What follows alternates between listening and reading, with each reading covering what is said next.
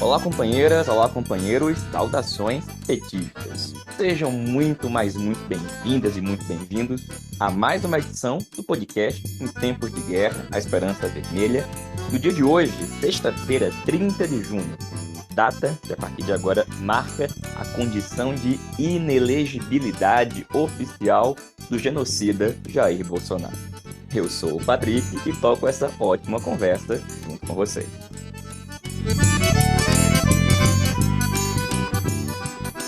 No episódio de hoje, ainda falamos, além disso, com a companheira Daniela Matos, que está diretamente de Brasília e acompanhou a abertura da 26ª edição do Foro de São Paulo. Não tinha momento e oportunidade melhor.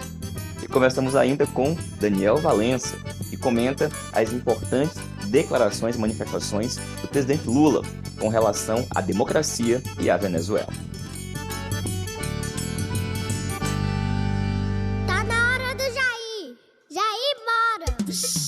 Seu menino já tá comentando. E não podia deixar de ser ao ritmo de outra música que não tá na hora do Jair, para comentar a decisão do Tribunal Superior Eleitoral que, no dia de hoje, por 5-2, tornou Jair Bolsonaro inelegível. O genocida agora não poderá disputar eleições até o ano de 2030. O placar ficou 5-2 porque os ministros Cássio Nunes e Raul Araújo votaram contra a inelegibilidade. Dá para reverter a decisão? Bom, aí somente com uma medida liminar. A defesa dele, inclusive, tem dito que está aguardando aí a íntegra dos votos para poder recorrer. Acontece que o Bozo foi condenado por uma reunião com embaixadores que ocorreu em julho de 2022, há pouco mais de 2 meses das eleições. Naquela reunião com embaixadores, ele atacou, sem provas, a credibilidade do sistema eleitoral. O encontro foi transmitido pela TV Brasil, a TV estatal. O outro investigado na ação era o candidato a vice, o general Braga Neto. E aí é bom saber que este, por sua vez, foi absolvido por unanimidade. Na opinião dos ministros, ele não tinha nada a ver com as opiniões do Bolsonaro. Então vamos lá. Primeira coisa. É pouco.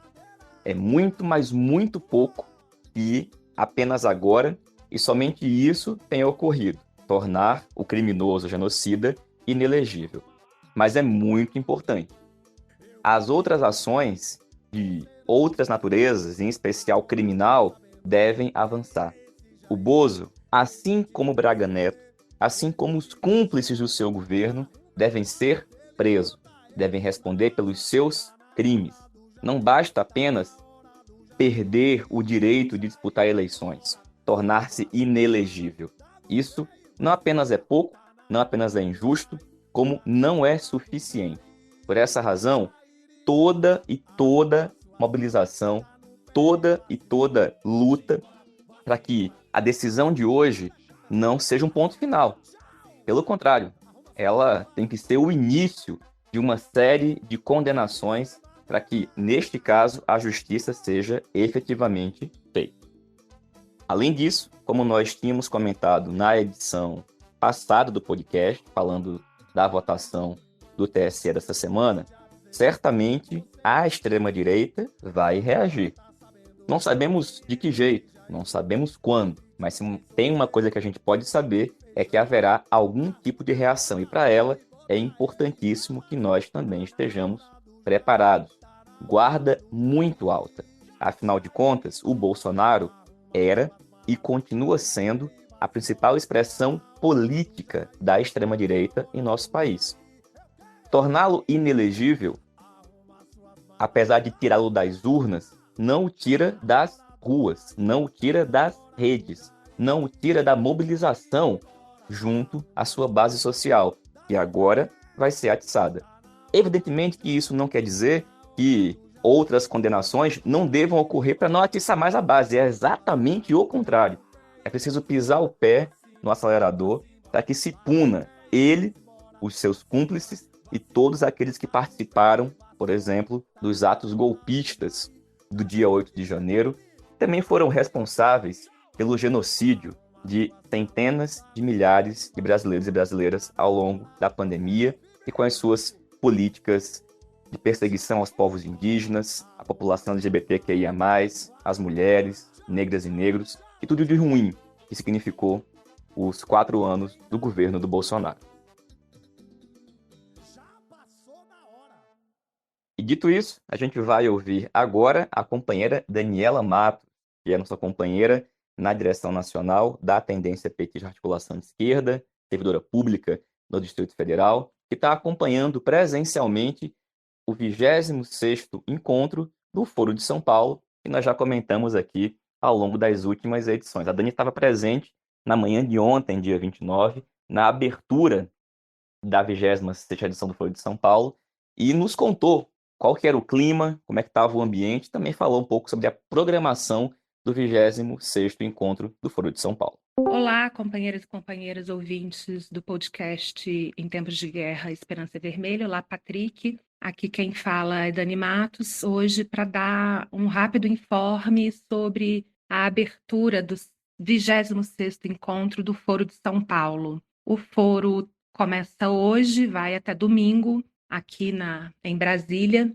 e hoje de manhã o foro começou com um seminário realizado pela Fundação Perseu Abramo, em parceria com a Fundação Mauricio Grabois, que é a fundação do PCdoB. E o nome do seminário é A Integração Latino-Americana e Caribenha e os Desafios dos Governos de Esquerda e Progressistas. O dia de hoje é dedicado a esse seminário e as atividades, reuniões, colóquios do foro começam amanhã de manhã. Então, no decorrer do dia, as delegações estrangeiras ainda estão chegando em Brasília. Hoje, na parte da manhã, já tínhamos delegações bastante grandes, mas hoje à tarde mais delegações vão chegar para a aguardada abertura, que é uma homenagem ao Marco Aurélio Garcia e deve contar com a presença do presidente Lula.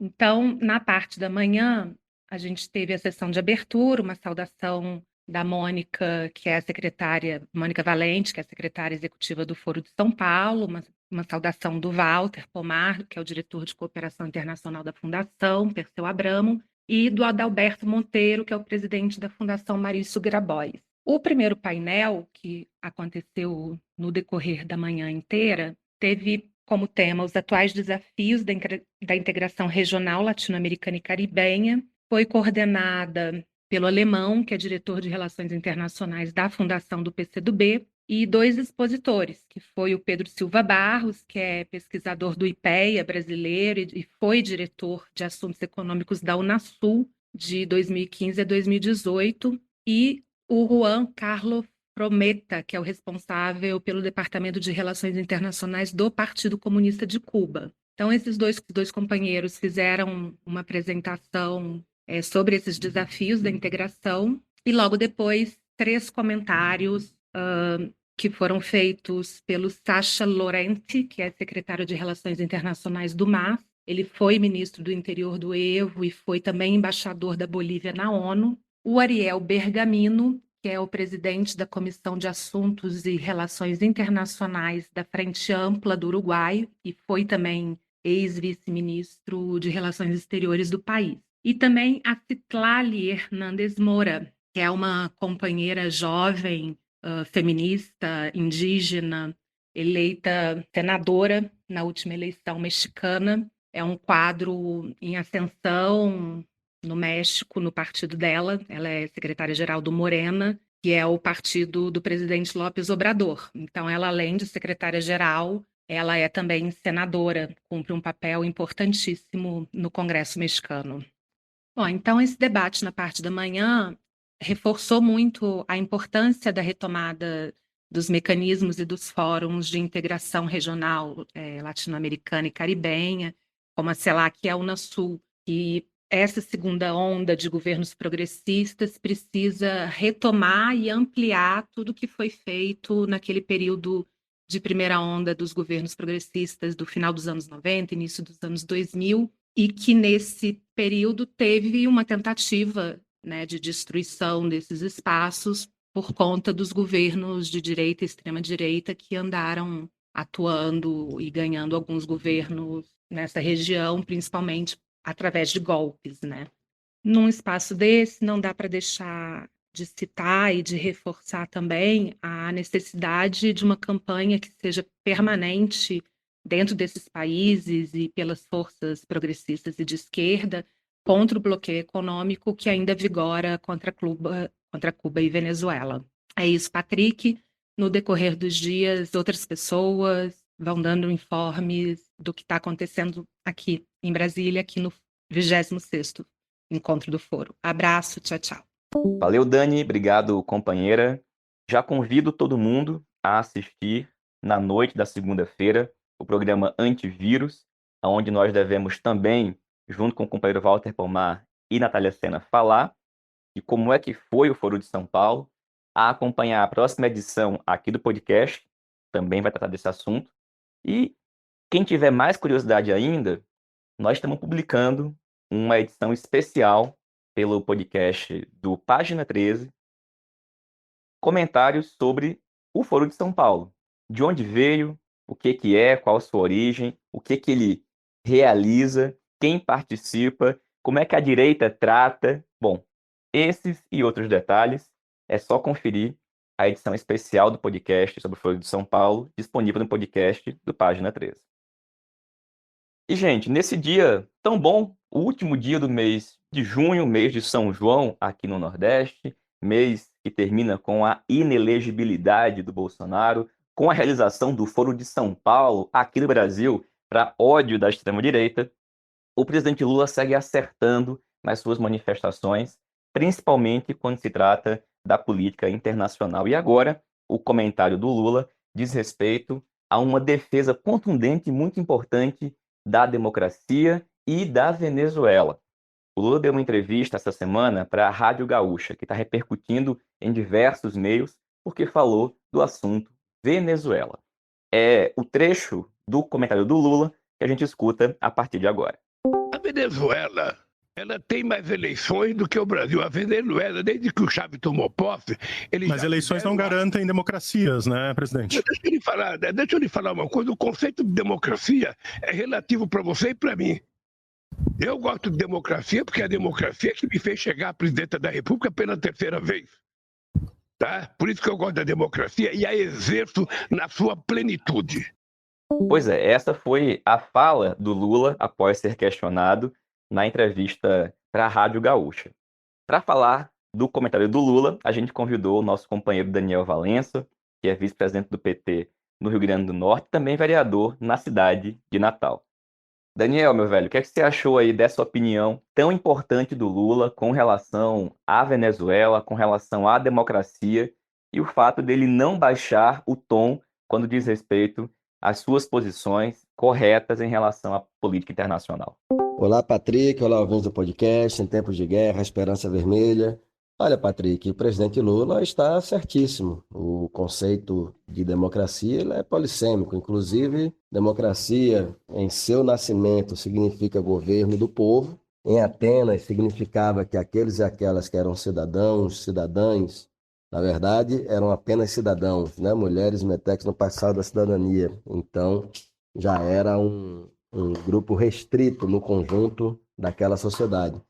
Porém, aqueles que eram cidadãos, eles detinham o direito de decidir os rumos das coisas, em assembleia. Era o que nós denominamos de democracia direta. Acontece que, especialmente a partir das movimentações de trabalhadores socialistas das massas entre o século XIX e o século XX, cada vez mais a ideia de participação passou a ser vinculada à participação meramente eleitoral e democracia, a ideia de eleições permanentes, com alternância na gestão, com um número de partidos, numa disputa de votos sob regras pré-estabelecidas. Por que isto? Porque aquela ideia de participação direta, de participação das massas em uma sociedade industrial, ela significa necessariamente que trabalhadores e trabalhadoras controlam o poder político. E aí, quando há essa entrada em cena dessa classe social, as classes conservadoras, burguesas, aristocratas, etc., fazem um movimento para que democracia passe a ter uma perspectiva procedimental e não mais uma perspectiva substancial, uma perspectiva de pessoas decidindo os seus rumos.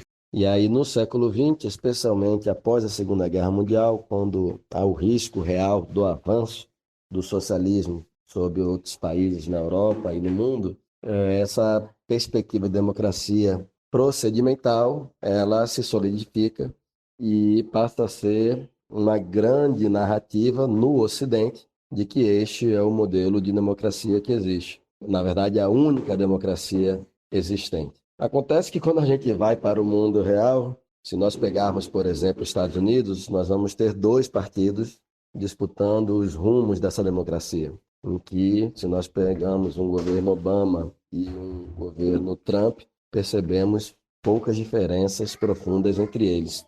Bom, então, se os Estados Unidos são apenas 2 partidos que, de fato, realmente disputam periodicamente eleições, em outros países, como o Brasil, em regra, a classe trabalhadora passou a maior parte do tempo na clandestinidade, em termos de direito à organização político-partidária. E mesmo assim, naqueles momentos em que teve uma maior influência no cenário político, ocorreram golpes de Estado para impedir o avanço dessa classe, como em 64, mesmo não sendo um governo de trabalhadores, e em 2016. Nós poderíamos lembrar que na eleição de 2018, nós da articulação de esquerda, por exemplo, e o PT, defendíamos que a eleição sem Lula é fraude. E realmente, graças a uma fraude judicial, ocorreu aquele resultado eleitoral. Em 2022, o governo Bolsonaro usou de vários crimes para novamente fraudar as eleições. E nem por isso o Brasil tem o seu nível democrático questionado por esta narrativa oficial. Mais ainda, neste modelo de democracia, a influência do poder econômico, da mídia, dos grandes meios de comunicação, das grandes igrejas, não são consideradas para fins de atestar se há ou não democracia. Mas mesmo que partamos desta perspectiva de democracia enquanto procedimento, enquanto eleições que se repetem de maneira recorrente, em que há disputa entre partidos de orientações políticas, ideológicas distintas. Mesmo assim, nós vamos perceber que a Venezuela é sim uma democracia, pois houve eleição ao longo deste período. É bom lembrar que em 2015, para o Legislativo Nacional, o grupo vitorioso foi a oposição, e é dali que Juan Guaidó se transforma no presidente do Legislativo Nacional venezuelano. Acontece que, daí em diante, esta oposição ela tenta um golpe de Estado e ela abandona a via eleitoral. Se ela passou anos acumulando forças até ter uma boa vitória nacional, pois havia vitórias locais ao longo dessas décadas, se em 2015 eles conseguem transformar isto em uma vitória nacional, eles adotam a tática, na minha opinião, equivocada, que era achar que o governo Maduro estava em vias de ser derrubado e que não se deveria esperar uma nova eleição, se deveria derrotá-lo a partir daquela farsa que foi a autoproclamação de Juan Guaidó como presidente da Venezuela e que foi aceito ou, para dizer melhor, incentivado ou talvez planejado por este polo geopolítico ocidental liderado pelos Estados Unidos e pela Europa. A consequência é que essa gente abandonou eleições após ter vencido eleições e ao longo desses anos foram feitas dezenas, centenas de retaliações econômicas, sanções que estrangularam a Venezuela e o seu povo e, posteriormente, quando voltaram para eleições, foram derrotados novamente. E o Lula acerta quando diz que lá tem mais votação do que no Brasil. Tanto porque todos esses cargos eles são eleitos diretamente, como acontece no Brasil, cargos de âmbito local, estadual, nacional, mas porque lá, ao contrário daqui, houve uma série de plebiscitos e referendos. O plebiscito da própria Constituição, que está em vigor, que aconteceu em 1999, plebiscitos em relação à questão agrária, em relação à reeleição. Enfim, a população foi convocada a votar dezenas de vezes ao longo desse período em que Chaves Maduro, o PSUV, está no governo. O que acontece é, todos os países que estão sob governos que questionam a narrativa e a posição geopolítica ocidental na luta de classes internacional, inclusive por mercados, esses governos são considerados ditatoriais. E os outros, mesmo que haja gravíssimas violações de direitos humanos, não são. Para trazermos mais exemplos, basta ver o que acontece no Peru hoje, em que Dina Boluarte tem mais de 80% de reprovação, em que já foram assassinados dezenas de trabalhadores e trabalhadoras, especialmente indígenas, que se levantam contra o golpe de Estado, contra o ex-presidente peruano, e também o ex-presidente peruano Pedro Castillo, e que segue até o momento, apesar de toda a mobilização e a pressão da sociedade, como poderíamos citar o caso da Bolívia, no golpe de Estado liderado pela Jeanine Áñez, e que até hoje ela não é taxada de ditadora, como podemos considerar os governos da Colômbia e do Chile neoliberais, do Ivan Duque, do Sebastián Piñera, em que dezenas de opositores foram assassinados a bala pelas Forças Armadas do Estado, e nem por isso em algum momento se chegou a questionar se tais países estavam numa democracia ou num regime ditatorial. Então é perceptível, é um debate meramente ideológico e que Lula está certíssimo de fazer um enfrentamento, defender a Venezuela, o que não implica concordar com tudo o que ocorre na Venezuela ou com a linha política seguida pelo Maduro, de maneira alguma. Isso, antes de mais nada, defender a autonomia dos povos, o seu caminho, a sua autodeterminação, bem como que cada processo liderado pela esquerda tem suas contradições e seus acertos, mas, sem dúvida alguma, que nós não podemos cair nessa ladainha liberal que defende democracia se for em um país que esteja alinhado internacionalmente de perspectiva X, e de ser ditadura se tal país estiver contralinhado a essa perspectiva, que hoje é hegemônica, mas que a cada dia está mais decadente, mais moribunda, e que nós veremos, se Deus quiser, a sua queda muito em breve. Valeu, Daniel. Obrigado, companheiro. Pessoal, essa foi mais uma edição do nosso podcast Em Tempos de Guerra, a Esperança é Vermelha. A gente está de volta aqui na próxima semana, falando de um conjunto de assuntos deste fim de semana, como Foro de São Paulo, mas também relações à economia e à conjuntura nacional. A gente se reencontra muito em breve. Saudações petistas e até mais.